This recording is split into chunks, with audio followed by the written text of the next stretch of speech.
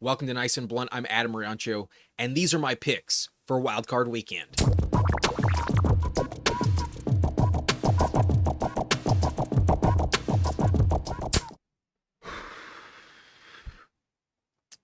It's good to be back.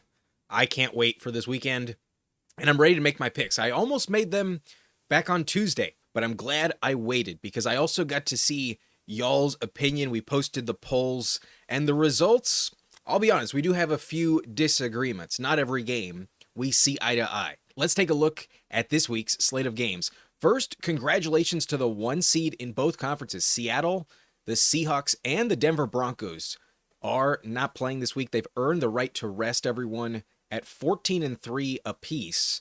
Definitely deserving of that top spot. So congrats to them. I hope they don't let it be a bad omen, though. We have seen some teams fail to win off the bye. Just look at Detroit last year. We all thought they would automatically advance. They lost to Washington. So anything can happen, but at least this week, the Seahawks and Broncos are safe.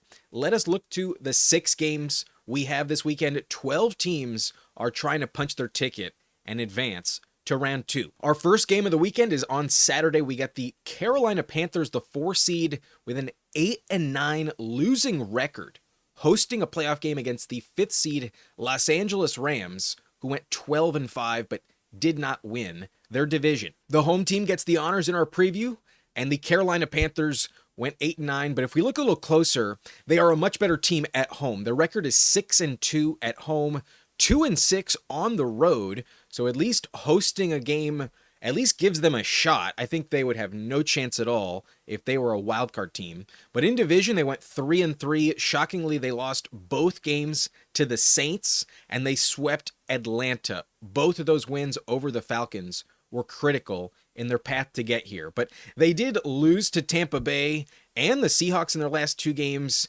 and because of strength of schedule, they did sneak in. Pretty odd circumstances for Carolina to be in the dance. But versus playoff teams, they have played 7 games total, and they have not done very well. 2-5 in those games, not very impressive.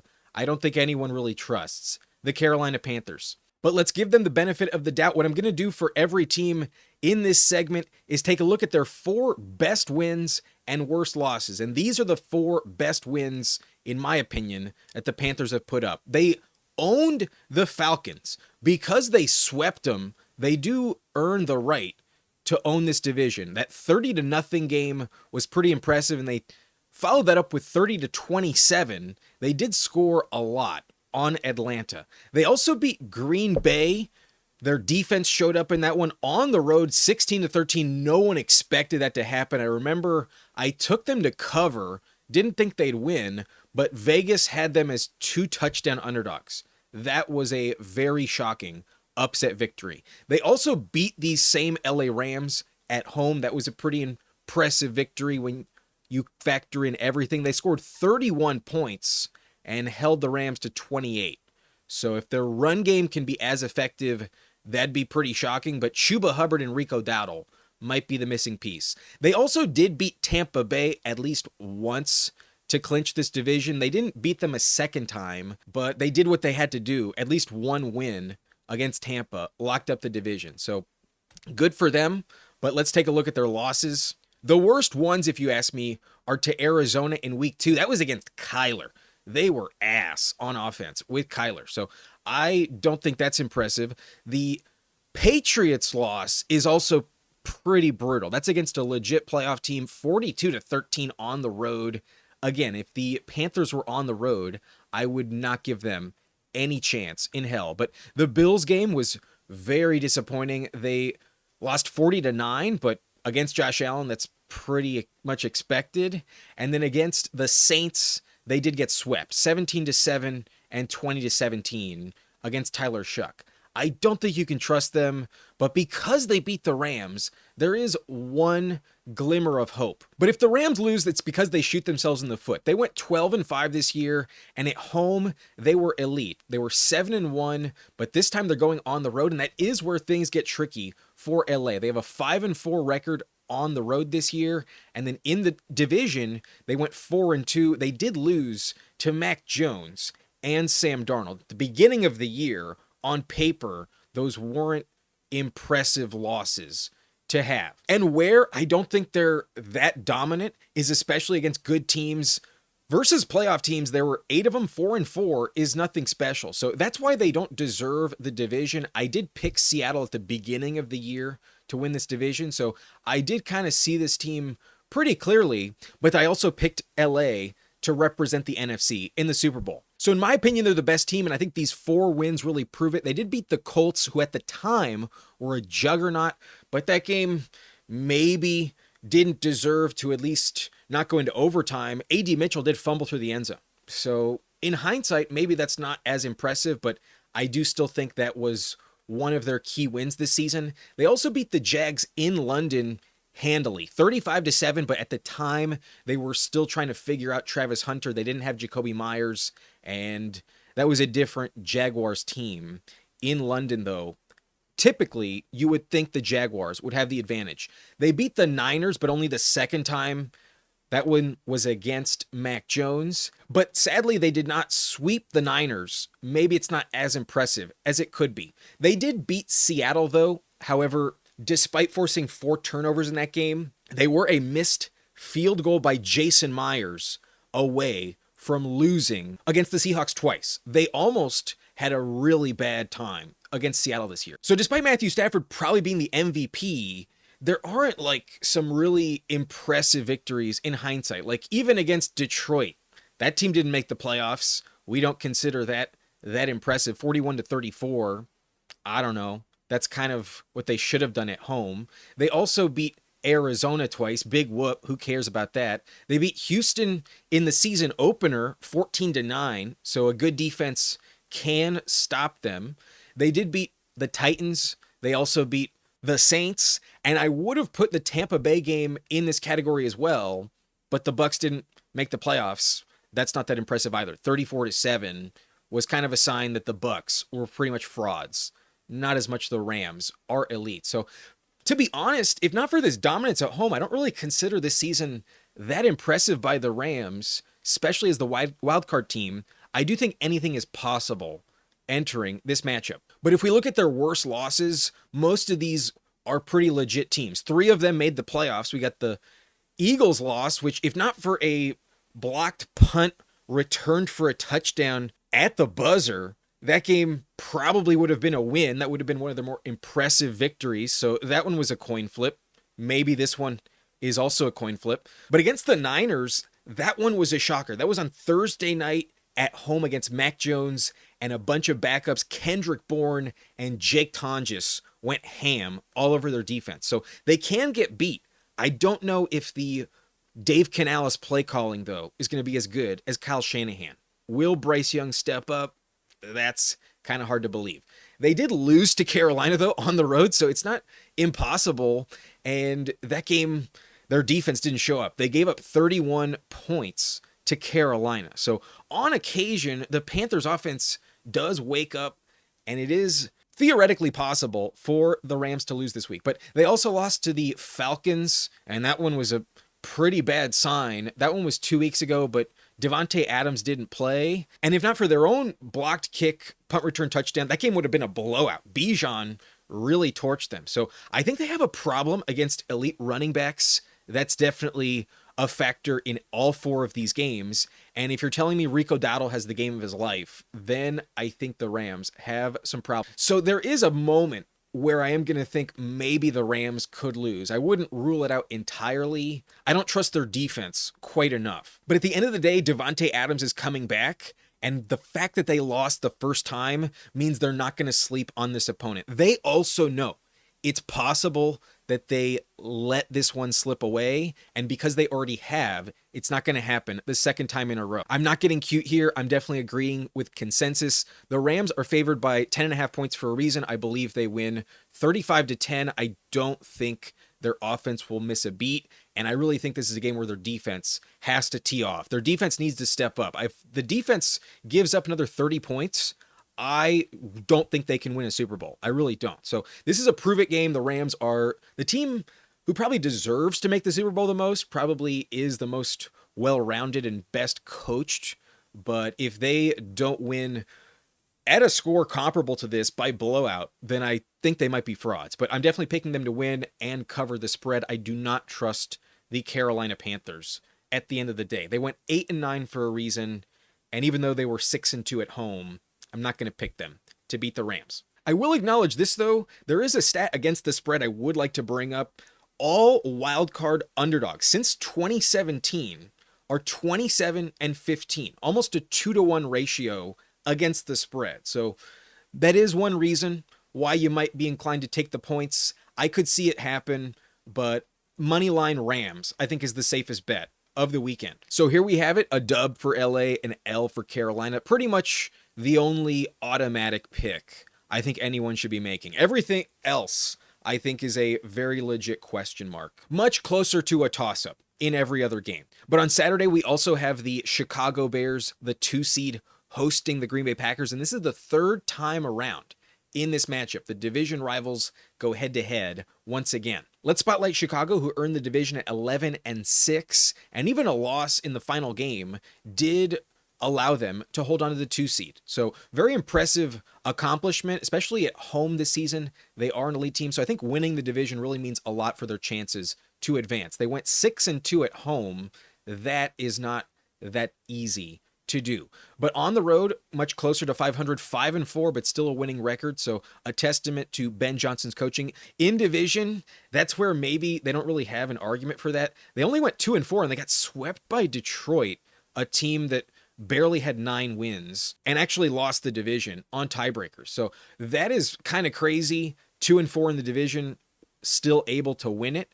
But hey, they still found a way, and most of their games are not going to be in division, but this game is. So that's where I don't know how much I trust them. Versus playoff teams, they're 3-2. They weren't as battle tested, and that speaks to maybe the weakness of their schedule, but they do have a winning record overall against teams that made the playoffs. Their best wins, in my opinion, are against Cincinnati. Despite giving up 42 points, Caleb Williams found a way to win. They dropped 47, and if you were in doubt on whether or not Caleb Williams can be clutch in the fourth quarter, I think that game was a sign that he is capable of that. But the Steelers win looks good, 31-28, but in reality, they gave up 28 points to Mason Rudolph. Aaron Rodgers actually didn't play in that one, so it's not like they turned the tide and canceled out Rodgers owning them. So that was perhaps a gifted win that was actually pretty close against a backup quarterback. I don't know if that's actually that impressive, but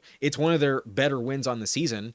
And then the Eagles win on Black Friday is probably the most impressive in my estimation on their year. In terms of opponent, reigning Super Bowl champs, that's quite an accomplishment. On Black Friday's a little weird. The Eagles were in a slump at that time, but still, they did win 24-15, and their defense did show up. But against the Packers, the second time around, I don't know how impressive that win actually is. You know, they concussed Jordan Love pretty early, and Malik Willis actually kind of dominated. He played really well against them. If not for a onside kick recovery, they wouldn't have gone into overtime. However, in overtime at home, Caleb Williams had one of the best throws of the year. Really another sign that he's clutch. But that game was way closer than it probably should have against Malik Willis, and I don't know if that would have gone the same way had Jordan Love been healthy. So that one, again, I'm not so sure. And if you look at the rest of their wins, like where is a more impressive victory? Versus Dallas, at that point in time, especially, the Cowboys defense was trash. Against Las Vegas on the road, they needed, I believe, a blocked kick to win 25-24. That's not impressive.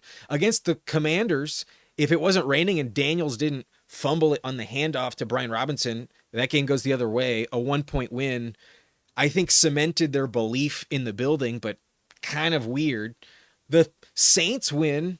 Saints aren't a team we respect, so who cares? They beat the Bengals, like I said. That was nice. They beat the Giants, but meh. They beat the Vikings against J.J. McCarthy the second time around, but they lost the first time. It's not like they swept McCarthy, so who cares? And then, other than that, they beat the Browns 31-3. So I don't really think this team is actually that good. It's just kind of impressive that they overcame so much to get here. We did not expect them to win the division at the beginning of the year. For them to actually do that is shocking, and everyone in the building knows that they can win. But when you look at their worst losses, some of these are bad. Like week 1 against JJ McCarthy, just because you didn't have film on him, I guess. But that was probably one of the best games offensively of JJ McCarthy, who only lit it up in the second half. He was dog shit for like 3 quarters. So that's a bad game, but it's week 1, so we kind of write it off. Then they lost at Baltimore, and I believe Tyler Huntley was active in this one. Maybe it was Lamar Jackson. It was a weird situation, but again, the Ravens didn't make the playoffs. I don't know if that loss is very exciting. It's definitely emblematic of them being capable of shitting the bed. The Packers loss, I think the first game is probably the more legit game, so this one I read into more than the win. Love finished the game, and if not for an interception on the final play, maybe they would have had a shot at overtime, but even that is not a guarantee for them to advance and win that game. So they lost to Jordan Love. They have not beaten the Packers when Jordan Love has played. So he's going to play this weekend. Watch out for that. And then they got swept by Detroit. That's a pretty bad sign. Otherwise, their only other loss was to the Niners. And that one was pretty exciting. And that one's probably the most impressive game when you really look at it. One of their losses is probably where I felt most confident in what they could do in the playoffs. They lost 42-38, but on the final play, just like the Packers game, they also did not score a touchdown that would have sealed the win. So they're getting better, they're improving, but I would be kind of shocked if this is their year to win a Super Bowl. But can they beat Green Bay? Let's take a look at them. Their season is kind of weird. 9-7-1, that tie against Dallas really kind of showcases what they're capable of. 40-40, but are they the same team anymore? I don't know. But Micah Parsons didn't show up in that game at all. So the fact that he's not active in this game, I kind of don't care as much about that, to be honest. I'm more interested in what their offense is going to do. If you don't stop their offense, they can beat anyone. But at home, they were a better team, 5-3.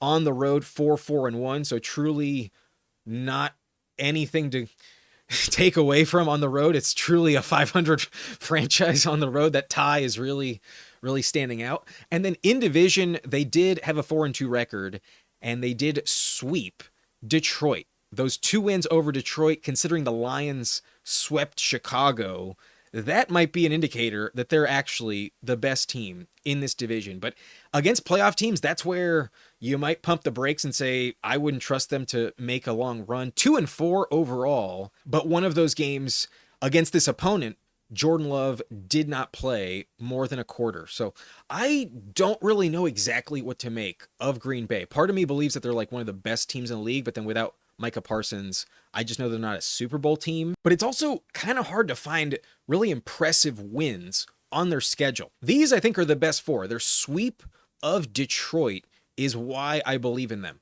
But beating Washington week 2, at least at that time, we thought Jaden Daniels was still really legit, and that was kind of a different ball game for both teams compared to where they are now. So in hindsight, that was really impressive, but that was a long time ago. And then against the Steelers and Aaron Rodgers in primetime, Jordan Love balled out. That one was really, really cementing how legit they can be. And again, on offense specifically is where you feel confident that they can beat anyone. But against the Chicago Bears, they did kind of always have control of that game. And then it's not like Caleb tied it up. He did throw an interception on the final play. So they won by a touchdown. The spread was 6.5. They covered, and who knows what would have happened if Love had finished the second game at Chicago. So this is where we're actually going to find out. This is truly like a real test. But all in all, I kind of write off the last 4 losses.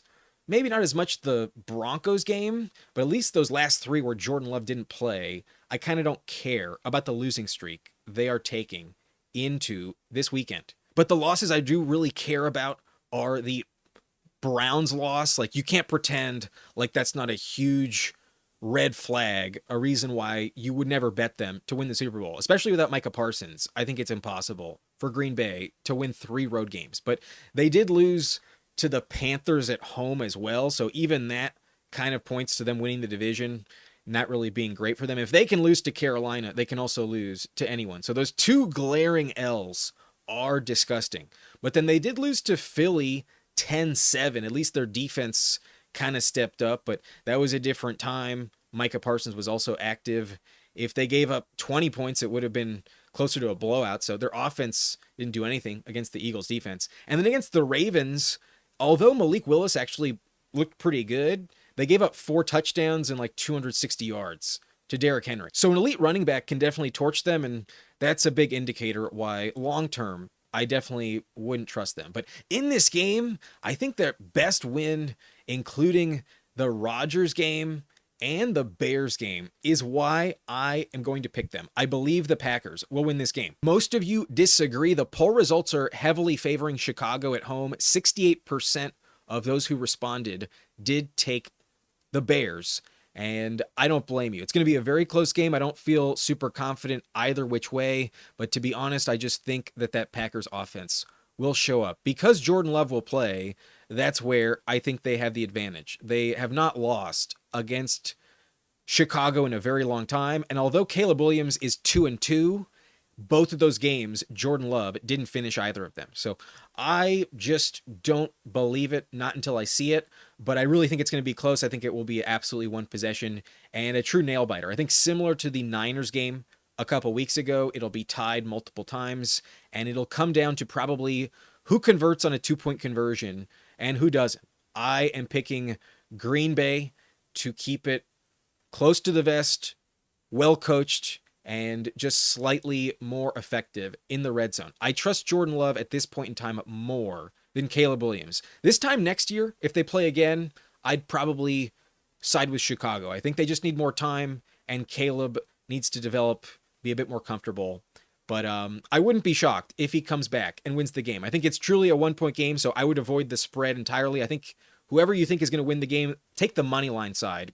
Ignore against the spread in this game. So I'm picking Green Bay, but 28-27, and I genuinely think Ben Johnson goes for 2, and Caleb Williams doesn't get it. I think that's what happens. I really don't believe Caleb Williams will convert every single thing to go right in their favor. I think they don't opt for overtime, and the 2-point conversion decides the game is ineffective. So technically, I would take Chicago plus 1.5 in that scenario, but that's really asking for a lot. So in this game, probably take the points, but I think I just take money line, whichever side you think will win. But I'm taking Green Bay. Give me the Packers and Jordan Love over Chicago and Caleb Williams. And just like the Panthers game, some betting stats that do factor in. We mentioned that all wildcard underdogs since 2017 are 27-15 against the spread. This would benefit the Bears here.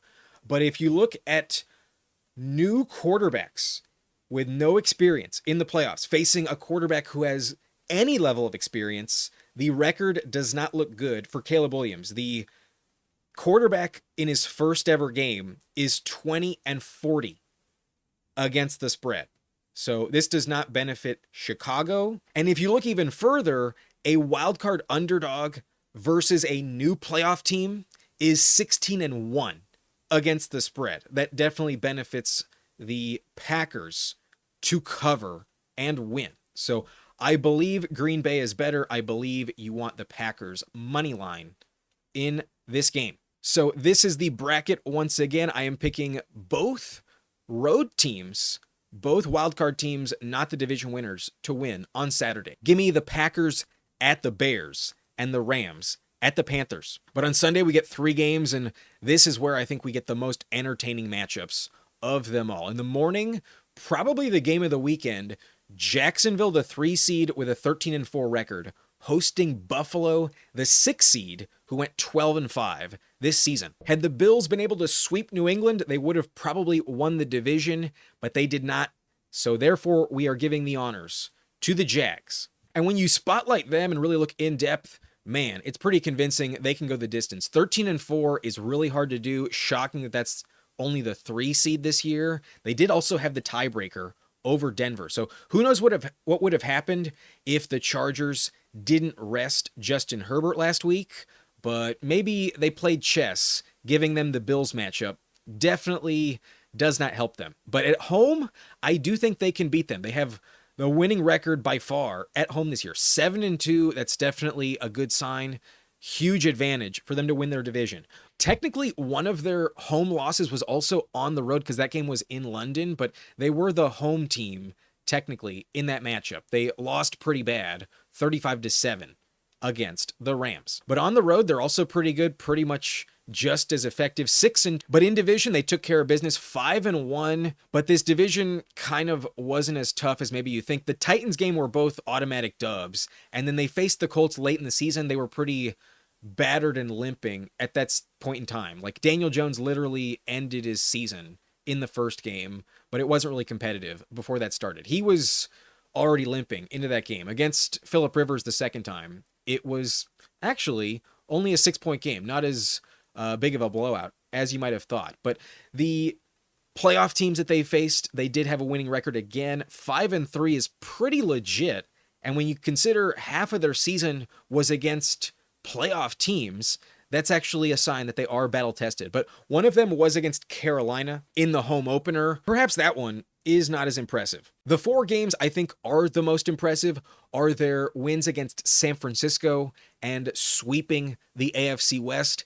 At the Niners, while it was with Mac Jones and he was their quarterback last season, it doesn't look like Mac Jones was an easy matchup. He could have beaten anyone, and for them to go to the West Coast and beat Kyle Shanahan is quite an accomplishment. So that one impresses me quite a bit. Then the week after, even though it required a pick 6 that Mahomes usually doesn't do, their defense really stepped up, and they did win on a really exciting last play. Like Trevor Lawrence's touchdown run kind of sealed the confidence of that team when they beat the Chiefs. So that one was impressive. Their win over the Chargers was an absolute blowout. I think that was really the most impressive win of their recent win streak. Not the Broncos game, but this Chargers win, 35-6. Damn, that one is hard to deny. But the Chargers definitely aren't as good on the East Coast in the early time window. Perhaps the second game, if there is one,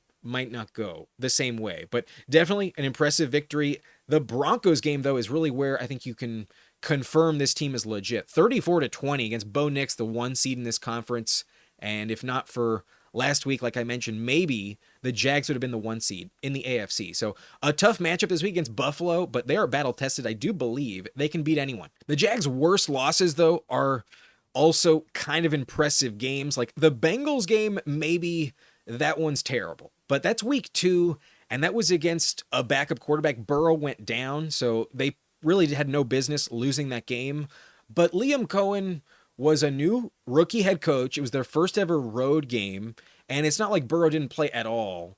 It was a weird matchup. So perhaps against elite receivers, they can get beat. Their secondary, I would say, is one of the weaknesses of their defense, especially at the time. They were still trying to figure out how to use Travis Hunter. And that's where some of the early season games you can kind of throw out because they were trying to figure out Travis Hunter. For this team to be 13-4 without Travis Hunter is really a testament to Liam Cohen and Trevor Lawrence. Pretty shocking when you really factor in what happened with their second overall pick, that they also traded next year's first rounder, and he tore his ACL after the London game. This is a really impressive season. But I think because things were so weird for them and so different than everything they put on tape in the beginning of the year, the second half of the year where they went undefeated might actually be a little more hollow than you may think. But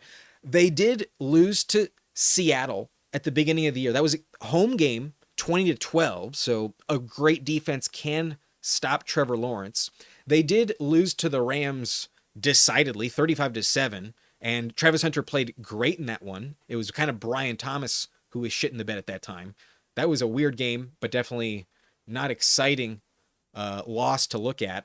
And then the Texans loss, that one was really weird because they won the first game against CJ Stroud, and then the second time around, they lost on the road to Davis Mills.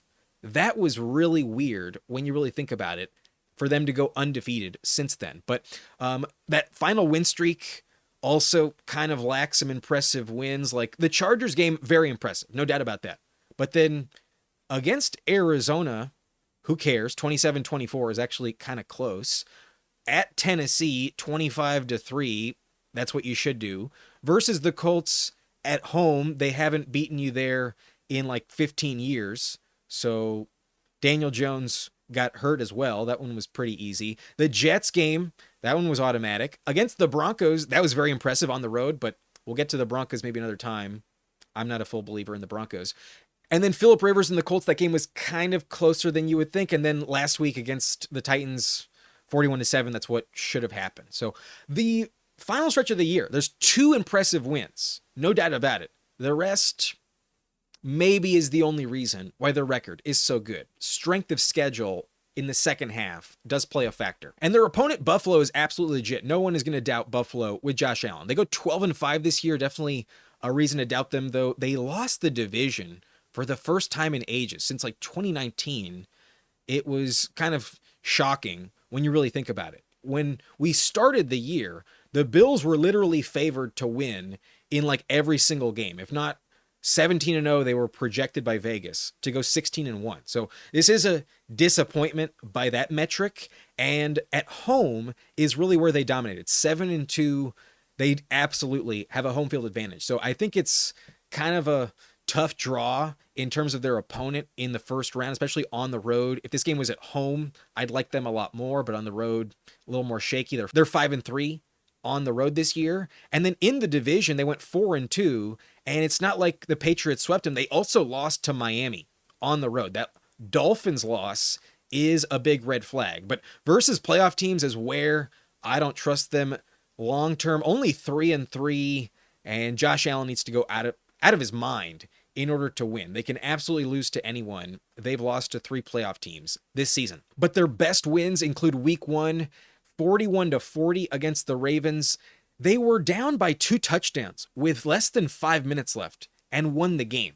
So they can beat anyone in any circumstances. Even if they're down, you can't count them out until the game is over. So that, I think, is obviously a big red flag for their defense, but a true testament to Josh Allen. If you didn't believe it already, that's a good sign. But then they did beat the Buccaneers at home, and that one maybe in hindsight isn't like that impressive, but it is one of their better games at that time. Baker Mayfield, I still think, was playing elite football. 44-32. It's not like that one was an easy game to win. And then against Cincinnati and Joe Burrow, that was like the last hurrah for the Bengals. We thought the Bengals would have a chance to make a playoff push if they won that game, and everything was locked up until Joe Burrow had like 2 interceptions. So their defense at times has really stepped up when they've needed to. So things can go their way. It is possible that their defense does not shit the bed, but they still gave up a lot of points in that one, 39-34.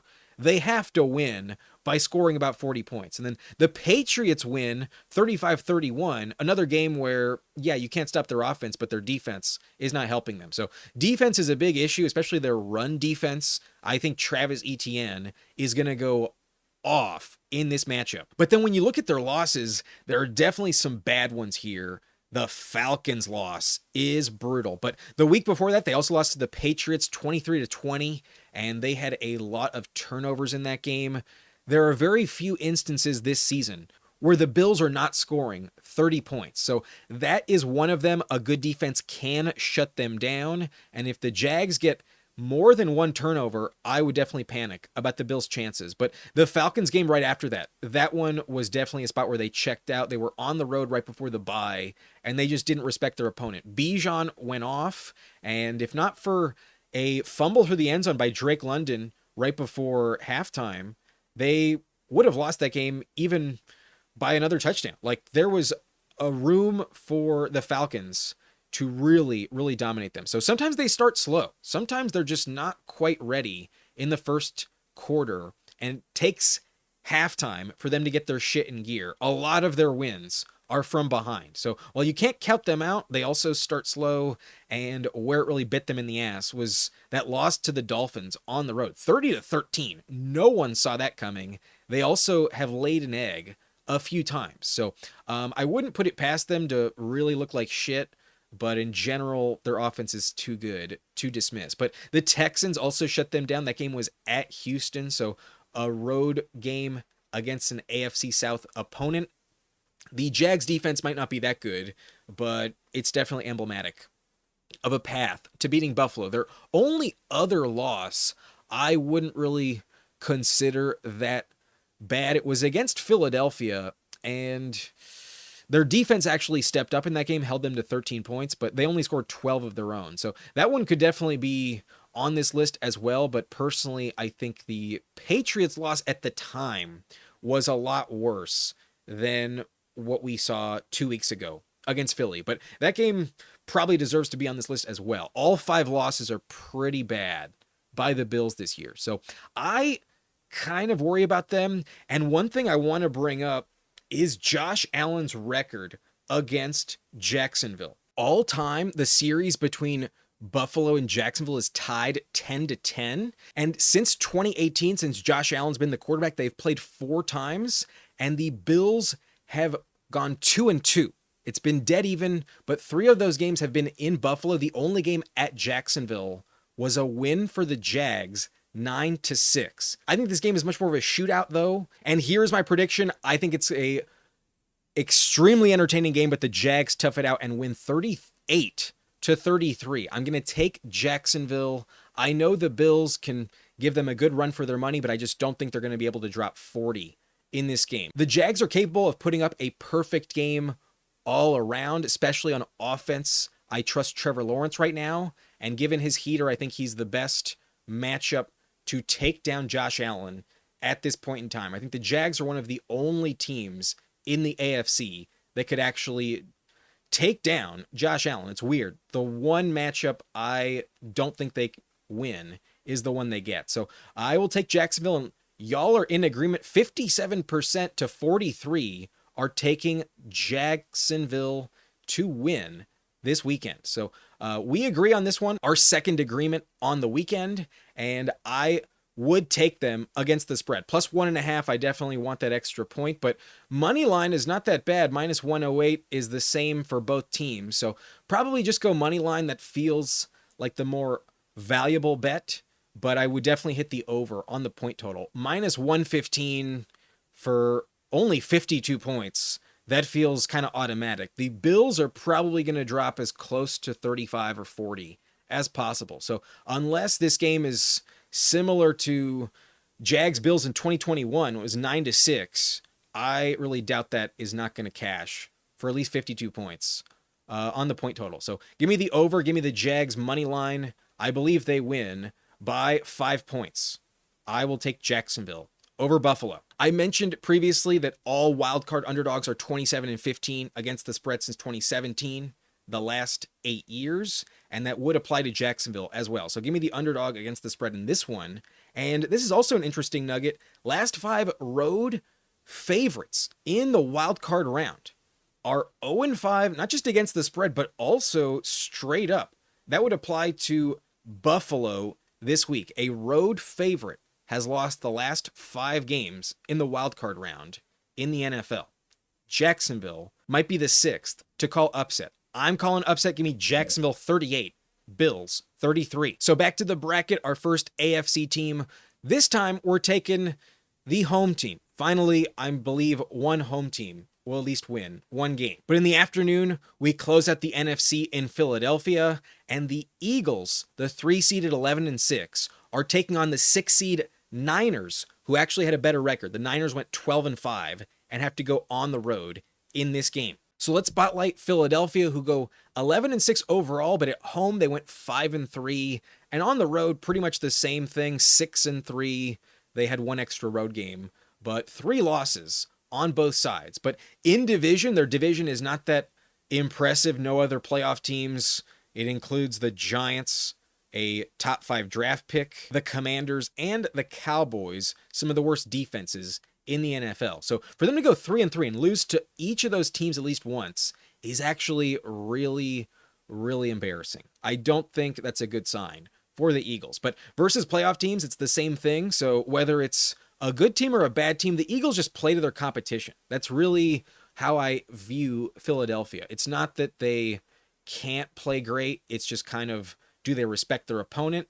And in a playoff game like this, they absolutely will play up to the Niners. Their best wins are definitely against teams we respect. The Rams game, that one is a testament to their special teams. They can win in all facets, and it's tough to bet against them. They probably should have lost that game, though, if not for kind of a hard thing to repeat. A blocked punt return touchdown is not something you want to bet on every week. So while it is impressive, that game was very close and could have easily gone the other way, maybe it's not as impressive in hindsight. But the Packers game, their defense really stepped up, and it's why I really trust them. Their defense is elite. Their defense is capable of shutting down some of the best offenses. They held the Packers and Jordan Love to 7 points. I believe this was also on the heels of them scoring 35 against Pittsburgh. So definitely an impressive win, in my opinion, over Green Bay. Against Detroit, while they aren't a playoff team, they also held one of the best offenses in the league to under 10 points, 16-9 versus Detroit. That is impressive. Their defense is really one of the best in the NFL. Since the trade deadline, especially that acquisition of Jalen Phillips, their defensive front is deadly. So as long as Jalen Carter's healthy, I would definitely trust their defense to step up. But against the Niners, that is not an easy matchup. That's a good offense. But against the Bills, they can shut down anyone. Their defense really stepped up against Buffalo. This is one of the worst offensive games by the Bills. But odd decision-making in terms of play calling. The Bills missed a extra point with Michael Badgley and then decided to go for 2. They could have easily lost this game, and it wouldn't be on the list. But even at 10-7, they would have been the 3 seed and won this division. So it kind of doesn't matter really how that game went. But to hold Buffalo to 12 points, if they're going to win, it's going to be thanks to their defense. But if they're going to lose, there are some games here that really point to them being capable of losing to anyone. Against the Giants, that was one of the first games where Scattaboo really looked legit. And that was also the true first return for Saquon. Last year, when Saquon went to the Giants stadium, he didn't play. So that game actually meant a lot to the Giants and probably some weird vibes for Saquon as well. Scattaboo was just dominant, and then Jackson Dart announced himself. The swagger of the Giants was on display. That was a weird Thursday night game, but anything can happen in the NFL. Against the Cowboys, for them to lose at all against that defense is pretty bad. They almost lost both games, to be honest.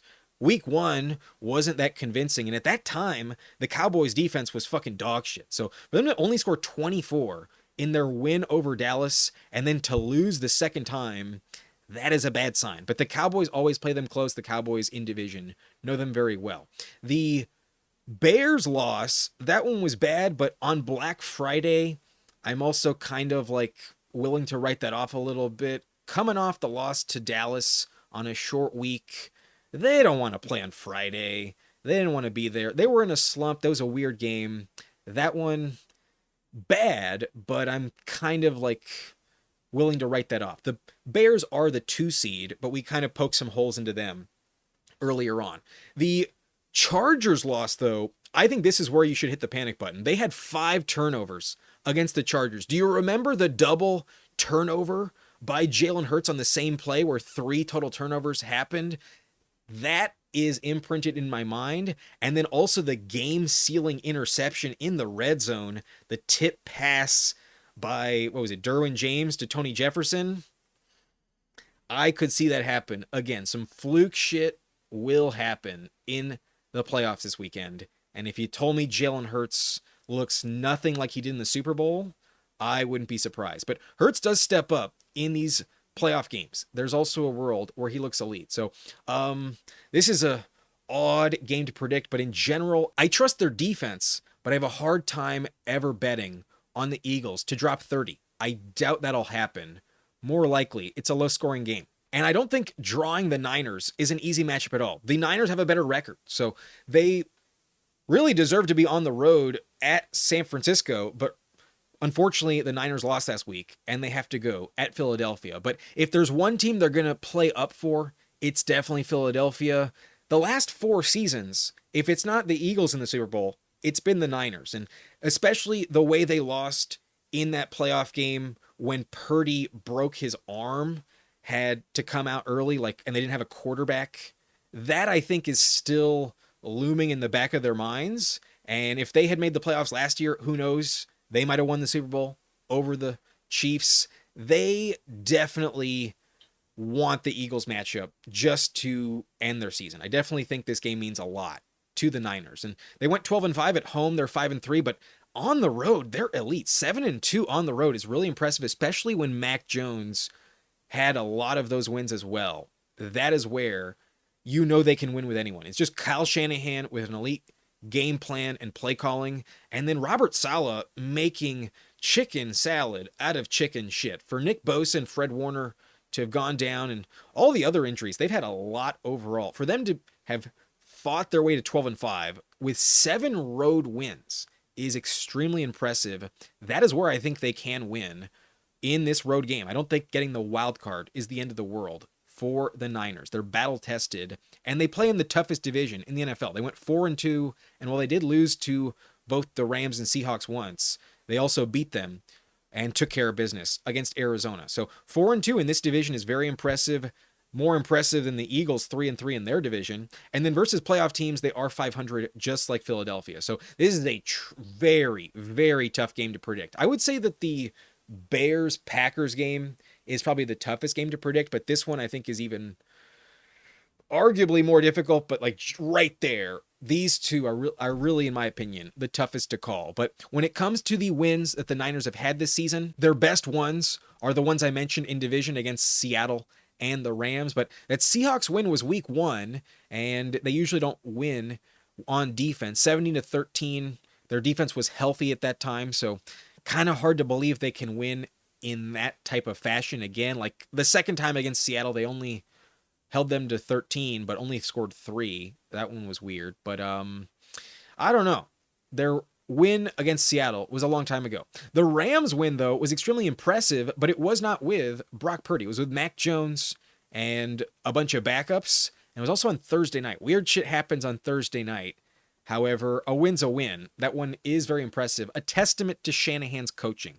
Definitely. But the Panthers also, that's kind of a stretch for most impressive wins, but look at their schedule. It's hard to find more impressive wins than the Panthers. The Bears win is very impressive, but even that was almost a loss. It was tied at every single juncture, and it started off with a pick 6 by Brock Purdy. So if this game starts with a pick 6, I'm not sure if he's capable of coming back in the same way against the Eagles defense. But tell me where you see a more impressive win in the Panthers game. We have a Saints victory. Who cares about that? An Arizona victory against Kyler is even less impressive. Against the Falcons, who cares? That one was at home. The Falcons are dog shit. The Giants, that game, they gave up 24 points but scored 34. On the road, at least, I guess it's impressive, but at least the Panthers are a playoff team. They swept Arizona as they should. They beat Cleveland. I almost thought they would lose this game, but at least they proved me wrong. They beat the Titans but gave up 24. And then they also beat the Colts but gave up 27 to Phillip Rivers. So maybe the Colts win is more impressive than the Panthers win, but at least they held Carolina to only 9 points. That, I think, is the more impressive aspect of that game. So their defense has to go toe-to-toe with Philly, but their offense can definitely win on the road. They've proven it 7 times. But when it comes to their losses, their worst ones were on the road at Tampa.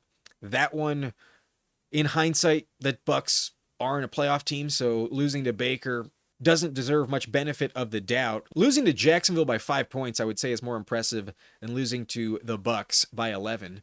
But then the Texans loss, that one was also with Mac Jones, so a bit hard to trust, but a tough defense did shut them down. The Rams loss, the second time around, that one was at home, so they could have swept them and had the 5 seed. That would be a much better matchup, but nope, they lost that, so unfortunately they're the 6. And then against the Seahawks, the second time, that one was a big indictment of their offense. To only score 3 points just last week, that is probably the biggest red flag. But against Seattle, you can definitely understand why they lost. So I trust San Francisco. I really think they're a better team. I'm going to take the Niners to win. I think they're more battle tested. And even though their schedule really helped them get here, I don't believe that Trent Williams is not going to play. I think even if Ricky Pearsall's out, I think Kittle will play. And I do trust Trent Williams to ultimately be on the field. So this is my prediction. The Niners win in a very close game, and the defense does have to step up, but I do think their offense will play well enough to go over 20 points. I just don't trust the Eagles to actually score more than 20. Their offense sucks, and although their defense can absolutely shut you down, I don't think the Niners will look as bad as they did last week. I think especially because this game means so much to them against the Eagles, their bitter rival, truly like the one team that has held them away from 4 straight Super Bowls. I think this one means a lot to them. If we look at the history between Jalen Hurts and the Niners, Jalen Hurts is 1-2, but that only victory is when Brock Purdy got hurt and broke his arm in the playoff game. So I think Purdy wants revenge. I think he gets it, and I think it's a very close game, but I'm going to take San Francisco. Y'all are in disagreement, but this one is almost a tie, 47% to 53%, and y'all are taking Philadelphia. So we've agreed on 2 games so far, but we've also disagreed on 2 games as well. And this one, I'm going to take the underdog, not just to cover, but to win. I think the line in this one is a bit panicked because of the Trent Williams situation, but I believe he'll be active. And as long as he is, I'm going to trust the Niners to win. I think as long as that is the case, they will get the dub. But if you tell me he's out, I'd probably go Philadelphia. That's probably enough of a point swing where I wouldn't trust one of these field goals, maybe even 2, for the Niners to convert. Maybe they settle for a field goal instead of scoring a touchdown. Maybe the final score is 20-19 without Trent Williams. But I will take the Niners plus 4.5. I think at the very least for them to cover, that is a pretty safe bet. Only minus 102, so almost even money. And I think that's probably the best bet of the 3. But I would take the Niners money line as well. Plus 198. That's also pretty valuable. But who knows? This is a tough game to predict. And then I'm also going to hit the under. I think the Eagles defense is good enough to limit the Niners offense from hitting the over. I think less than 45 points will be the outcome this week. So Niners win a close one. Very, very tough game to pick.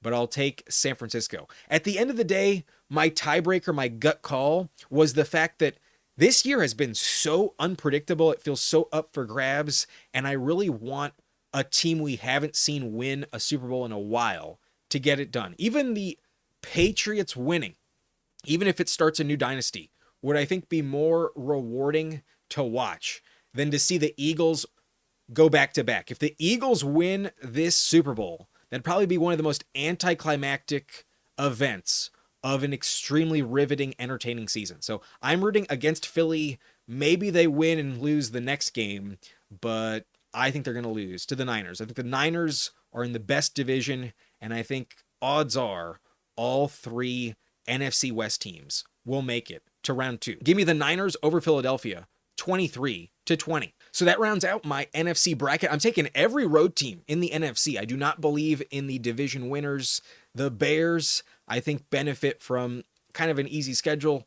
The Eagles as well, pretty easy division to win. And then the Panthers in the easiest division of them all. None of them, I think, are better than their opponent this week. A tough matchup for all of them. And I expect the road team to win every one. But on to our Sunday night game, the game I'm so excited for. And if you're a fan of this channel, then this is probably the game you're most excited for, my opinion. But we start with New England. They are the 2 seed at 14-3. They have absolutely earned the honors to be spotlit first. I'm going to try and be as fair as possible because you definitely know who I want to win the game. But I'm going to be honest, I'm a bit worried about New England. But where I am a little bit encouraged, why I understand why they kind of chose this matchup. The Chargers did sit their starters last week and chose the 7 seed essentially. They kind of wanted New England. The Patriots are a little bit hard to trust. While they are 14-3, they had the easiest strength of schedule in the last 30 years. It's shocking, but since 1996, no other team has had an easier path to get to this record. So that is one reason why maybe they're not as legit as a 14-win team normally would. And at home is where they've been vulnerable. While they're 8-0 on the road, they're 6-3 at home. All three of their losses have come at home. In division, they went 5-1, but the only team we really respect did beat them once. The Bills did beat them in their home stadium. So they beat them at Buffalo, but like I just mentioned, at home is where they can get beat. They are hosting a game at home on Sunday.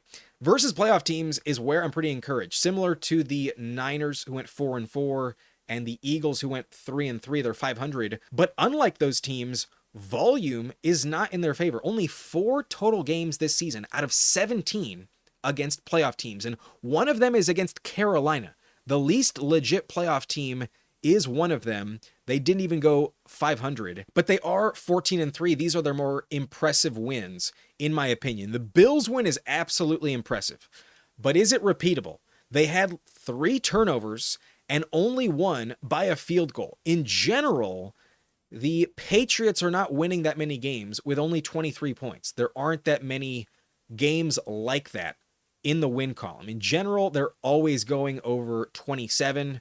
There's a lot of 30-point wins as well. 23 is one of their lowest point totals for a win. But a win is a win, especially against Buffalo. That is impressive.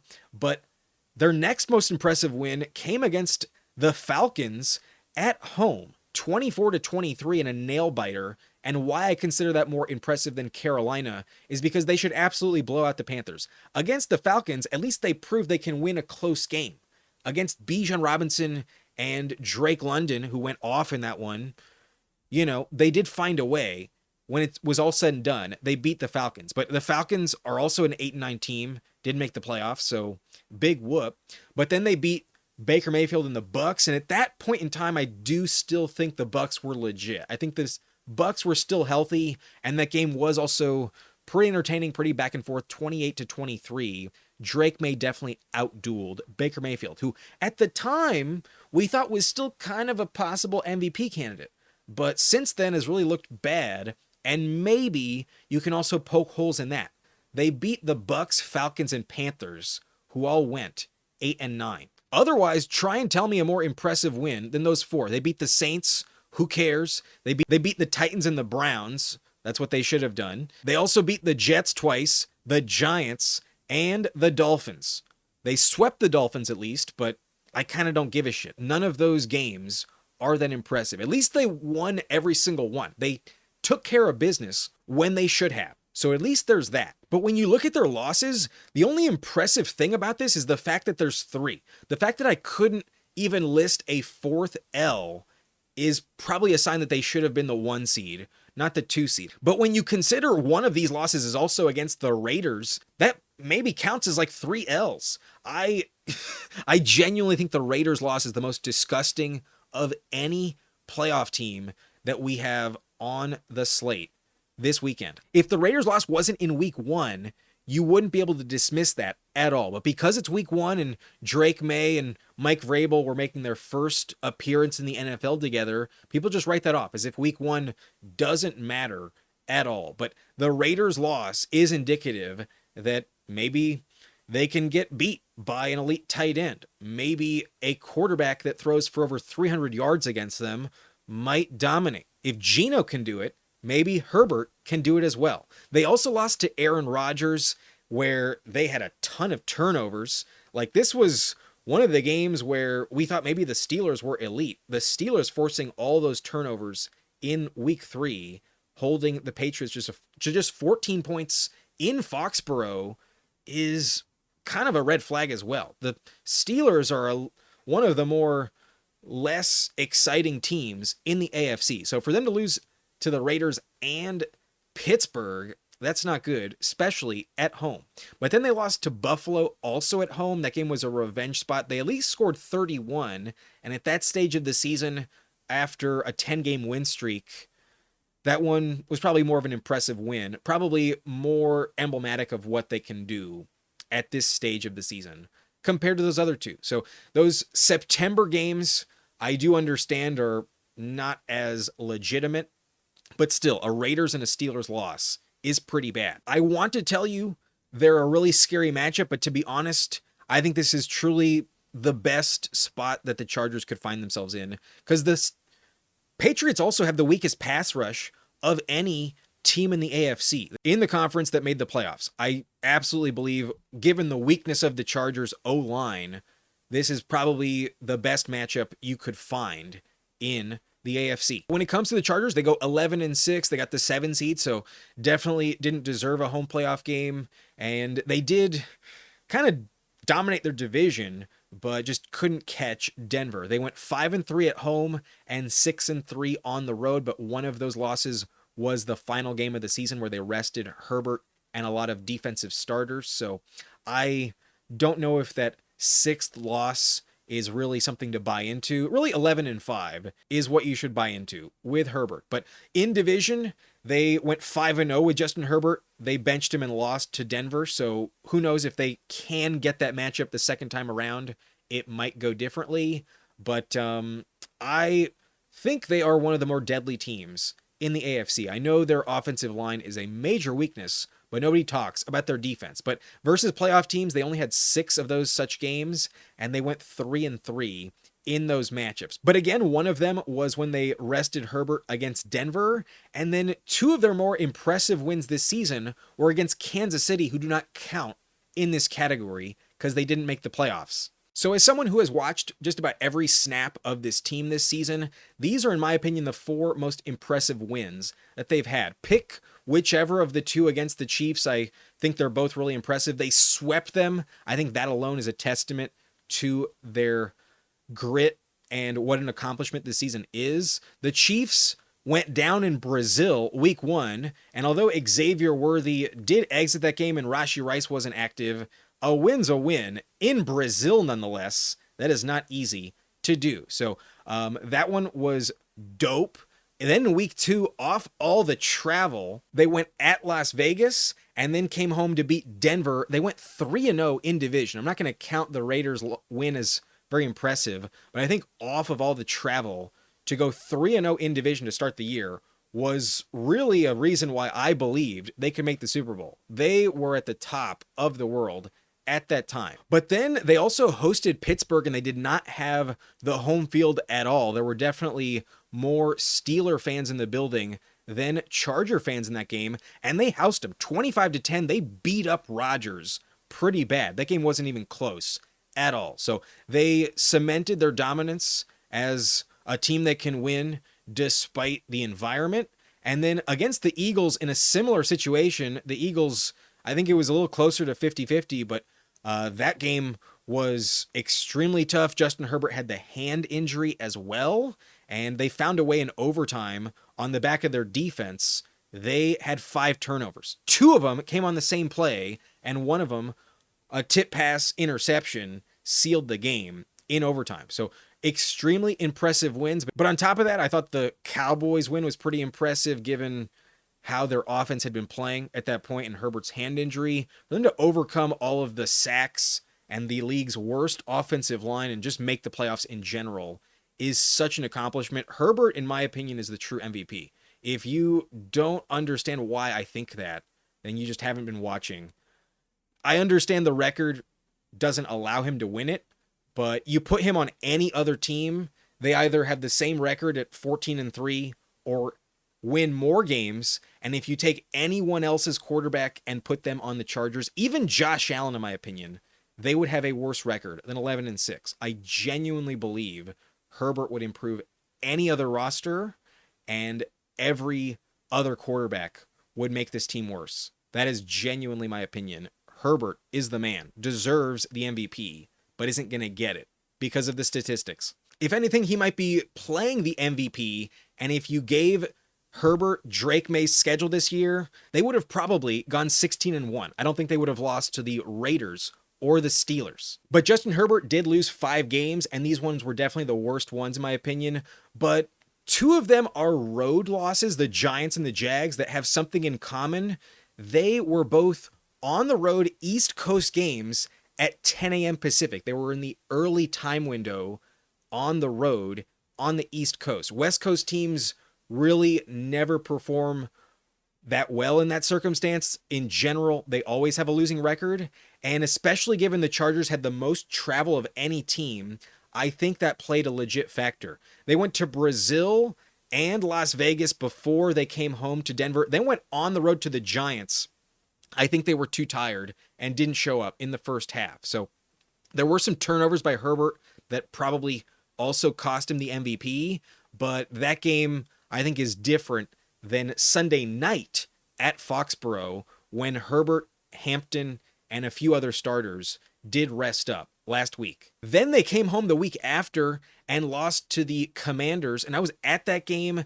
If not for the 50-yard reception by Luke McCaffrey, maybe that game would have gone differently, but really what cost them is that they could not stop JCM. He had 2 untouched touchdowns and over 100 rushing yards. They can get beat by a good running back. So I am worried about the combo of Ramondre Stevenson and Travion Henderson, but by far more afraid of Travion than Ramondre. If anything, Ramondre could fumble away the game, but Travion probably gives you a house call, and that is not ideal. That's a player I'm afraid of, because they also lost to the Colts. And while their offense did get humming in the second half against Indianapolis, Orlando Gatson had over 150 receiving yards.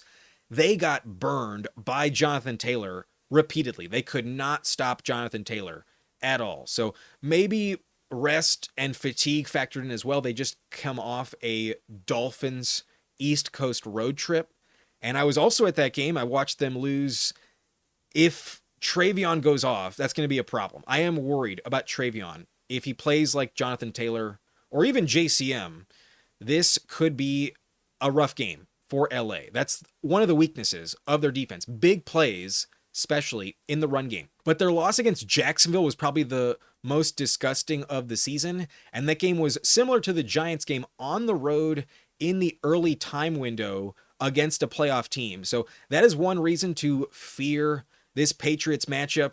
I could see the Chargers possibly lay an egg like they have on similar East Coast road trips. But I also think fatigue kind of factors into that game.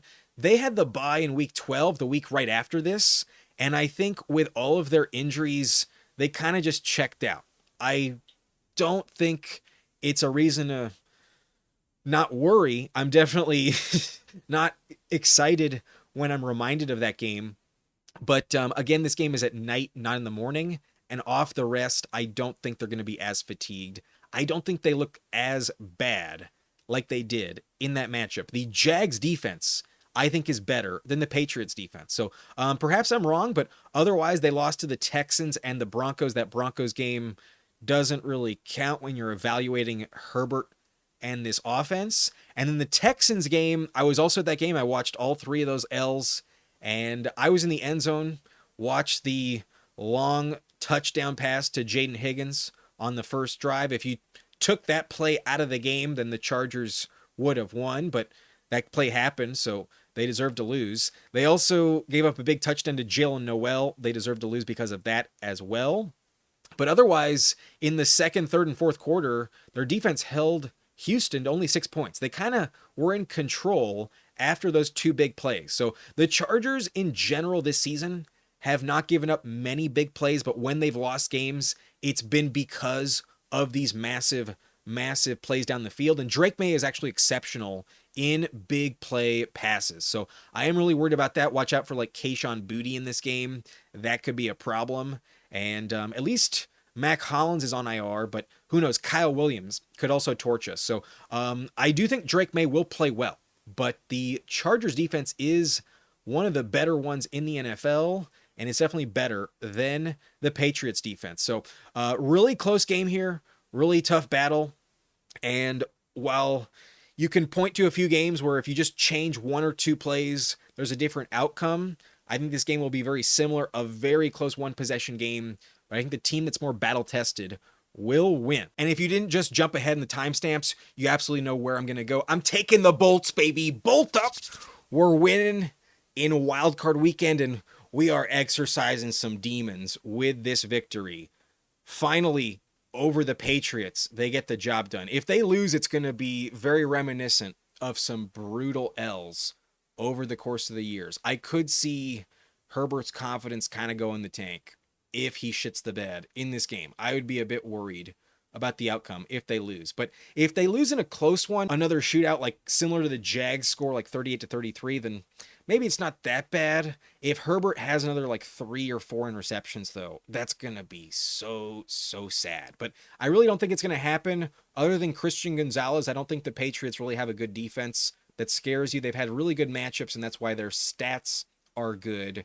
But if they had a tougher schedule, they would be much closer to league average. The Chargers are top 10 across the board in every category, and they had one of the tougher schedules overall. So I like the Chargers this week. I understand I'm in the minority. Y'all are heavily favoring New England, though. 74%. That is very disrespectful to Justin Herbert. I think you're reading a little too much in to this MVP conversation that has been hyping up Drake May. It's funny because I used to be a Patriots fan back when I was a kid, when my uncle introduced me to football at a young age. That was during the first Tom Brady dynasty. And when I went to college and lived in Boston, I quit being a Patriots fan so fast. Y'all are so annoying, obnoxious as fuck, and man, serving you this L is going to feel so good. So my prediction is 30-27. A close game. I think Drake May does play well, but I don't think he dominates our defense. The Chargers defense will step up. And at the end of the day, I don't think you can stop Justin Herbert. Travion might have a house call, and you will keep it close, but the Chargers will find a way. Your defense is the problem. The only defense I think is not a scary matchup in these AFC playoffs for the weaknesses of the Chargers. I don't think they match up as well as any other team this weekend. So, but they've been a lot of close games this year. So I think if you are betting this game against the spread, absolutely take them and the hook plus 3.5. They've been in so many close ones, and odds are this game might go into overtime. In my opinion, it'll be very, very close. So I like the money line. Plus 166 is definitely a more valuable return on investment. But even minus 110 plus 3.5, I think that's a good bet. And I would also hit the over. I think both offenses will be effective. I do think there will be some big plays that keep New England in this game. But give me the Chargers. I believe they're the better team, and I believe Herbert will get his first win in the playoffs of his career. Despite the worst offensive line, I think they step up. And they also added a guard from the Ravens. Ben Cleveland has joined the team, and even though I have no idea if he moves the needle at all, he's definitely going to be better than who they got. So I can't wait for this game. Going to be one of the most entertaining in my opinion, and I really think the winner of this game has a shot to go to the Super Bowl. I genuinely believe this is one of the better games of the weekend. So I'll take the Chargers, not going to go against my favorite team. And before we move on, just some quick nuggets against the spread. We mentioned these already, but they also apply. We mentioned it with the Packers both times. The wildcard underdog versus a new playoff team is 16-1 against the spread. So absolutely, I would take the Chargers to cover at the very least. And then quarterbacks with no experience versus quarterbacks with experience are also 20-40 against the spread. That's bad news for Drake May to cover against the spread. Maybe he'll win the game, but to win by 4 is extremely unlikely. So back to the bracket. This is yet another 7 seed I believe will win. I think both 7 seeds are going on the road and calling upset against the 2 seed. I think the Patriots are more fraudulent at 14-3 than any other 14-win team we've ever seen. But I'm not going to pretend like I'm not worried. Mike Vrabel's a great coach. Drake May is a great quarterback, and I think his time is coming. But in their first year together, I think they're basically the Chargers of last year. A 4th place schedule, a top 5 draft pick used on a left tackle, and a new coach that makes a huge turnaround in terms of the culture. But the Patriots were ready to win, and their schedule really helped them. They overperformed. I don't think they're going to win a playoff game. The Chargers last year kind of overperformed thanks to an easy schedule, and they did not win their playoff game either. But this one's at home for the Patriots. That's definitely not a good sign. Definitely a reason I understand why most of you are picking New England. But the last game of the weekend is on Monday night, and it's the Steelers hosting Houston. 10-7 Pittsburgh against the 12-5 Texans. And for the sake of professionalism, let's go back to neutral.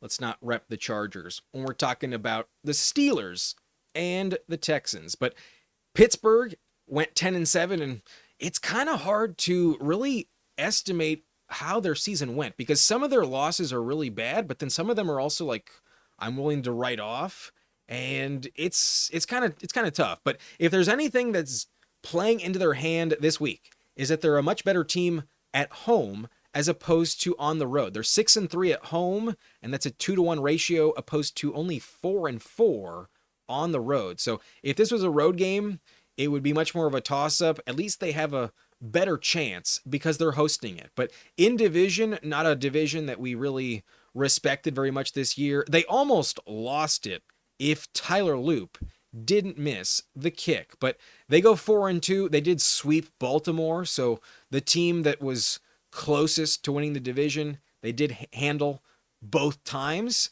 and in both games, they scored what should have been 27 points. Boswell missed a kick as well, but Rodgers did play pretty well. But when you look at the playoff matchups they've had, 1-5 is pretty brutal. That is definitely a cause for concern in hindsight. But some of these L's, I don't know if I really care. But when you look at their wins, some of them are really convincing. Like the Patriots win in hindsight, that is actually pretty dope. Their defense played lights out, forced a ton of turnovers. That was one of the only times we saw Drake May look pretty vulnerable. And that was like early in the season when we didn't quite know what to expect from Aaron Rodgers. So they found a way to win, and given their veteran quarterback, I understand why they played pretty conservatively in that game. That one was pretty impressive, if you ask me. But I also think the Colts game, even though the Colts aren't a playoff team, was very impressive. At the time, it felt like a must-win, and the Colts were humming. They went 7-1, and their only loss before it all fell off the tracks was to Pittsburgh. They also forced a ton of turnovers against Daniel Jones. So that was proof that their defense can really show up, not just the Colts game, but also the Patriots game. And then their offense really showed up at the end of the year when Rodgers beat Detroit. That's when I was like, oh, wait, they might be legit. Because I didn't predict that. Very few people expected them to beat Detroit. They went on the road. Dan Campbell almost never loses at home, and they won 29-24. Rodgers just outclassed them, and that was with DK Metcalf. So the Ravens win right after that without DK Metcalf was extremely impressive. I genuinely think that the Steelers believe that they can win, and maybe there's some destiny involved for them to win the way they did last week. It felt fated. For Tyler Loop to miss after Boswell missed, damn. But that just speaks to how vulnerable they also are. Only 1-5 against playoff teams, and if not for a missed kick, they wouldn't even be alive this week at all. So the Steelers are kind of hard to wrap your brain around. But even when you look at their losses, the worst ones don't quite tell the full picture. They lost to the Bengals, and although that one probably shouldn't have been a loss, it's not like Rodgers didn't play badly. They lost 33-31. It was just Joe Flacco fucking dominating them. And that was also on Thursday, where Mike Tomlin in division is like 0-8 historically on Thursday. Tomlin plays like shit on Thursday. But this game is on Monday night. Mike Tomlin is actually elite on Monday night. We'll get to that in just a bit. But if anything, the Bengals game kind of doesn't apply this week, in my opinion. And then the Packers game, that one is really bad. That one's probably the scariest of them all. Really not good. Their defense gave up 35 points. Love looked amazing. But if there's one team that knows Rodgers better than anyone, it would be Matt LaFleur and the Packers. So that's also a unique game that I think is almost like a division matchup when you consider the circumstances for Rodgers. And that I think is so unique, it's really hard to replicate those circumstances. So I kind of don't think those elements apply as much, but definitely a minor red flag. And then the Chargers game is also a big problem as well. On the road, 25-10. Rodgers got beaten up in that one, and nothing on offense went well. So that game, that is pretty bad, but like we mentioned, they're better at home. So at least them being at home, that perhaps does not scare you as much. But the Texans defense arguably is better than the Chargers, if not just as good. And that's definitely a problem. So against a good defense, they can get beat. And against the Browns, a really good defense, they were really bad 2 weeks ago. But without Metcalf, maybe you write that off. That one was a weird game, also in division. And they also haven't won at Cleveland in quite some time. So weird, odd circumstances. The Browns also beat the Packers. So the Browns in division, that's an odd one. But when you look at the other losses, like against Seattle, if anything, that's a game that they should lose. But if not for the Caleb Johnson special teams mishap, that game was 17-14, and they were supposed to get the ball back in the fourth quarter with like 7 minutes left. After that play, they were down 10 points, and the entire game was deflated. Like, I understand why they lost after that boneheaded play. So an odd mistake that probably wouldn't happen again is the main reason why they lost big time to Seattle, but they probably would have still lost that game. Let's not pretend they would have definitely won, but it's possible. They also lost to the Chicago Bears, but Aaron Rodgers didn't play in that one. That one was with Mason Rudolph, so kind of doesn't count, at least in terms of evaluating it.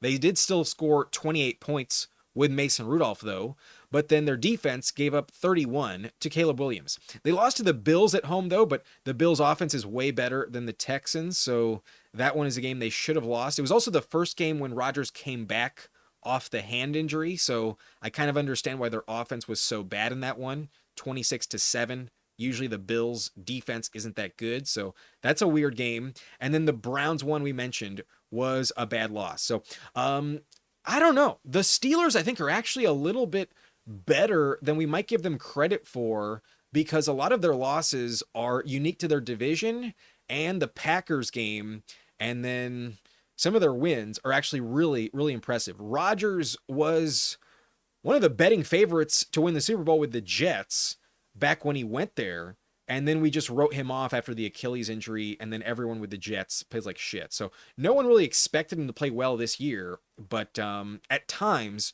Rodgers has looked elite.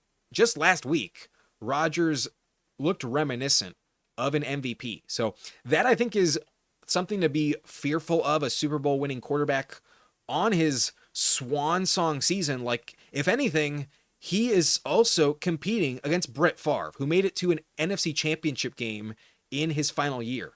I think that's really what Rodgers is chasing, to match what Brett Favre was able to do. So especially given this game is also on Monday night, I would not write them off at all. I mentioned I would bring it up. Mike Tomlin's record on Monday night is 22-4. That is elite.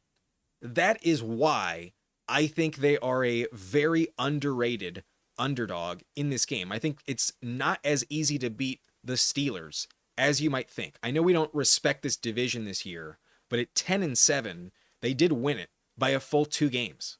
Houston, though, did have a better record at 12-5, so on paper they are a better team. And if you ask me, if it wasn't for their tough schedule, especially early on in the season, they probably would have won the division. I think if not for some early L's, I think they may have been better than the Jags on the year. They had some impressive wins, especially with Davis Mills. So let's look a little closer. At home, they were elite 7-2. That is on par with the Bills.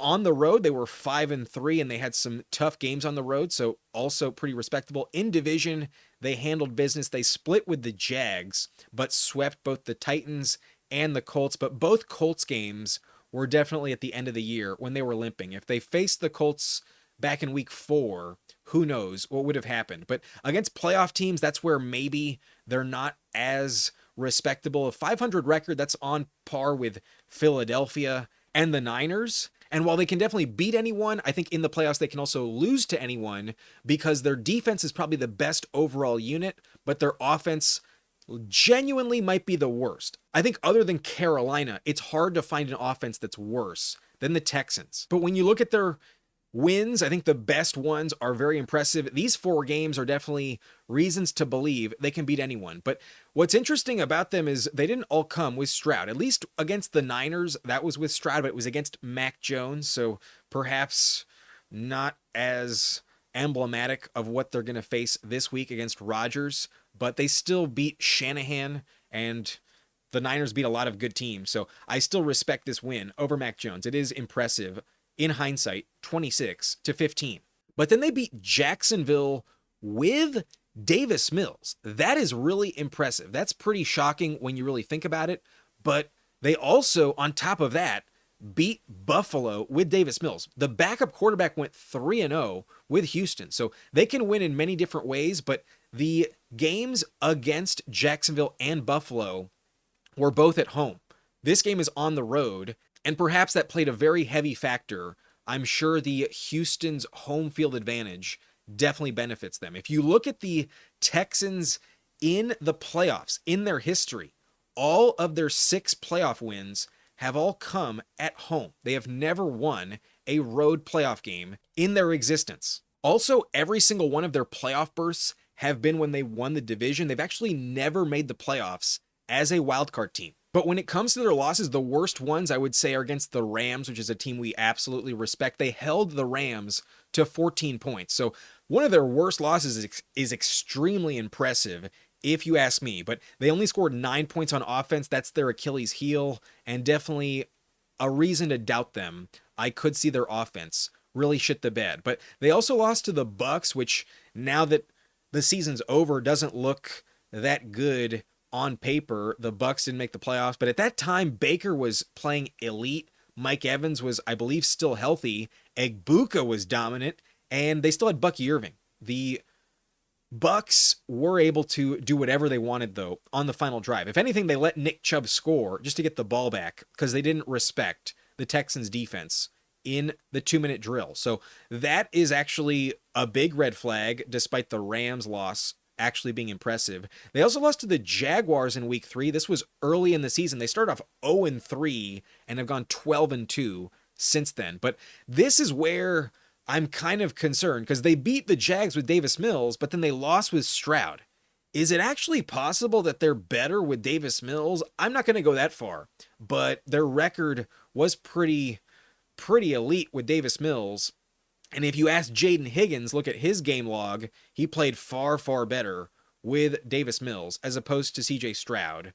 So maybe their offense does offer slightly more upside at times, but I'm not going to go that far. I just think it's interesting. And then they also lost to Denver. That was their last loss on the year. I don't think that Seahawks loss is that bad.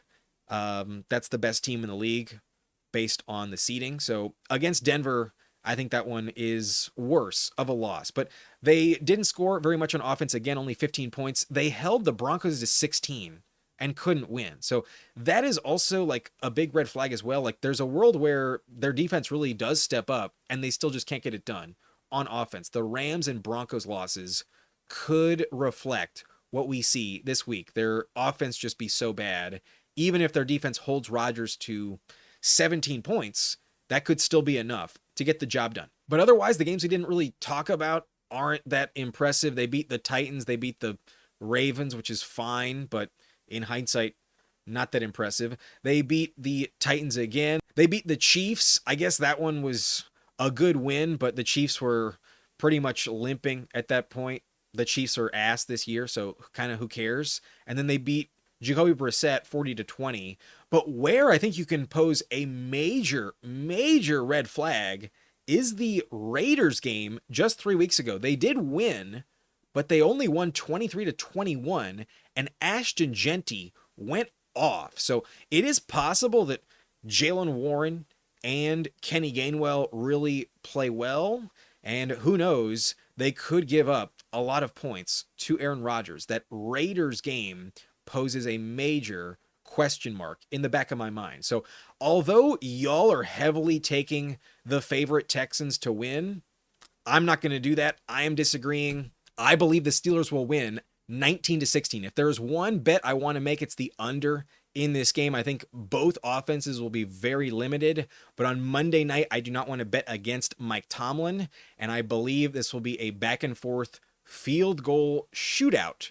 One touchdown apiece, and then the rest is Chris Boswell versus Kaimi Fairbairn. But at home, on some questionable grass at times, I do trust Chris Boswell to have more accuracy than Kaimi Fairbairn. I think a missed kick might decide this, and I'm going to trust the Super Bowl champion Aaron Rodgers over CJ Stroud. We're going to bring up an interesting tidbit here. If we look back in the history of the NFL, Super Bowl winning quarterbacks in wildcard games as underdogs are 64-25 against the spread. This only applies to Rodgers this week, and I think at the very least, Mike Tomlin getting points on Monday night at home in primetime is absolutely the bet you want to make. Pittsburgh plus the points, I think, will hit. But I do think they'll win money line. Y'all disagree at 74%, just like the Patriots call. I am disagreeing, and I am in the minority quite heavily. So I believe the Chargers will win. I believe the Steelers will win, but at least the Steelers are playing at home. So give me the under, give me the Steelers money line, and if you're a little reluctant, I absolutely trust the Steelers to cover. So a close one. I don't think there's much offense here. If anything, it might be 13-12 as a final score. Very, very close call. So that is my prediction. Steelers win. Aaron Rodgers stays alive. And just before we go, I also brought this up with Jacksonville. If we look at the last 5 road wildcard favorites, they are 0-5, not just against the spread, but also straight up 5 straight L's in wildcard weekend for a team like Houston and Buffalo. So we brought this up with Jacksonville. It also applies to Pittsburgh. These stats would indicate this week might go 7-0 with the home underdog Jaguars and Steelers getting the win. So here is my final bracket. We are giving the Steelers that win at home. I'm taking 2 home teams, the Jags and Steelers, to win, but otherwise give me every road team. Give me the upset in just about every other game. I'm taking the upset in every single game except the Rams. I don't think the Rams are going to lose, but I think every Vegas favorite will fall in wildcard weekend. So here's how my bracket looks. The Broncos advance, and they're hosting the Chargers as the 7 seed. The Seahawks automatically advance. They're hosting the Packers as the 7 seed. And then we get a rematch of the Rams and Niners. Finally, Brock Purdy versus Matthew Stafford. And then the Jaguars will be hosting the Pittsburgh Steelers. Trevor Lawrence versus Aaron Rodgers in Jacksonville. So a really fun set of games next weekend. And we'll see if I'm right. I do disagree on 4 games from y'all this week. We only agree on Jacksonville and the Rams. Y'all's playoff bracket would be Seattle hosting the Rams and the Bears hosting the Eagles. On the AFC side, y'all are predicting the Broncos to host the Texans and the Patriots to host the Jaguars. That's definitely different than my bracket. We'll see what happens. We'll see whose bracket is more accurate next week. But before I go, I would like to bring up a promo that Underdog is offering this weekend. No matter how you're watching football this postseason, my sponsor Underdog has you covered. With the NFL playoffs here, new customers get $75 in fantasy bonus entries when they play just $5 on fantasy to get started.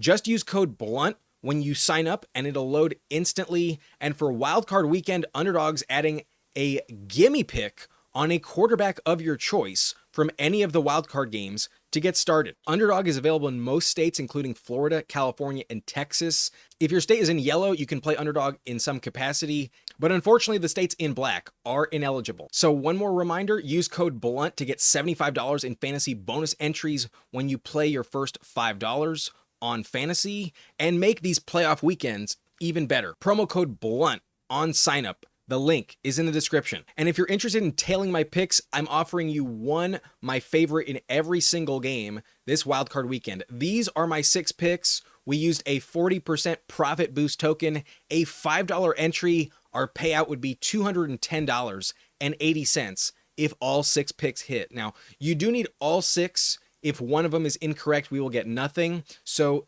if you don't like one of these, I would recommend just dropping it. pick your poison, but these are my favorite pick'ems in every game. We have the Rams at Panthers. I believe Blake Corum is going to score a touchdown. The Panthers have one of the weakest run defenses in the NFL, and Blake Corum has been scoring a lot of touchdowns. He is healthy. He will play, and I think the Rams score 5 of them.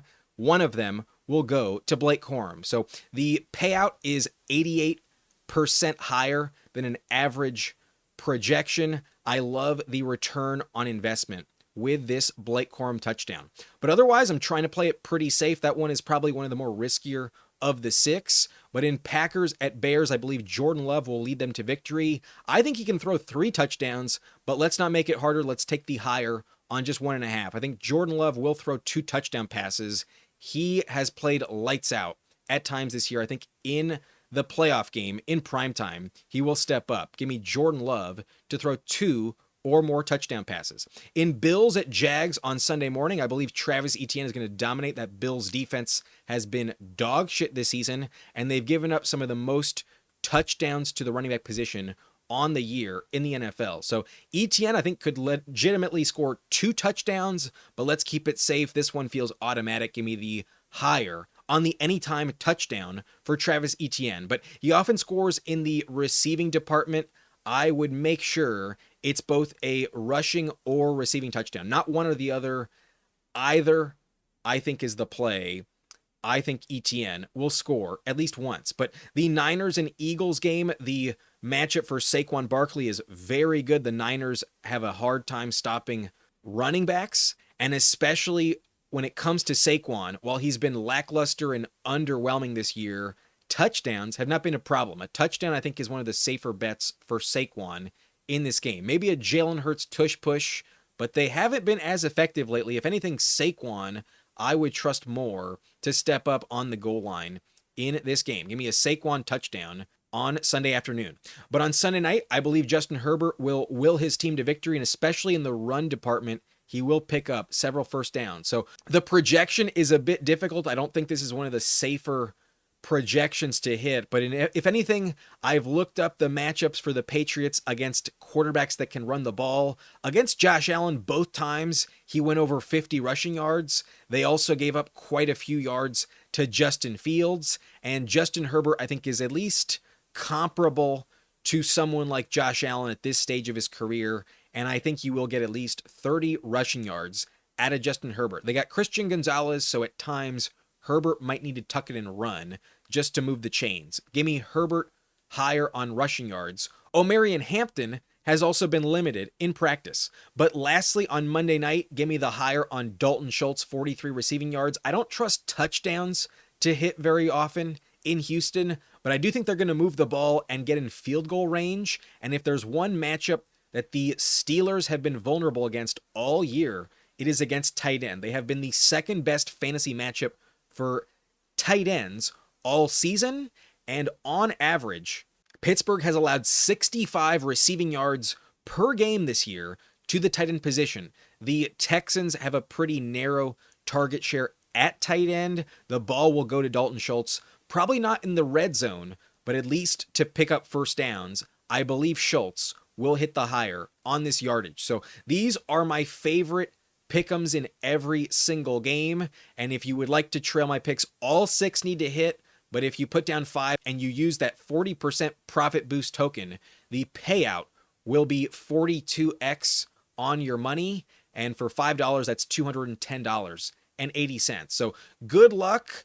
I hope I am correct, and I hope we can all make some money on wildcard weekend. But that's going to be it. It's been a long video, but a very fun preview, and I appreciate everyone that's been watching the channel all season long. I cannot wait for wildcard weekend. Bolt up, let's go. I'll see you on the other side. And regardless of who wins this weekend, honestly, I think it's been one of the most entertaining NFL seasons that I can remember. And no matter what happens, I think I'll be satisfied with the outcome. I hope the Chargers win, but even if they don't, I just want some good games. Don't give me some terrible games. That would suck. But I really doubt we're going to be disappointed. I'll see you next time. I'm Adam Riancho, and thank you for watching. Nice and blunt.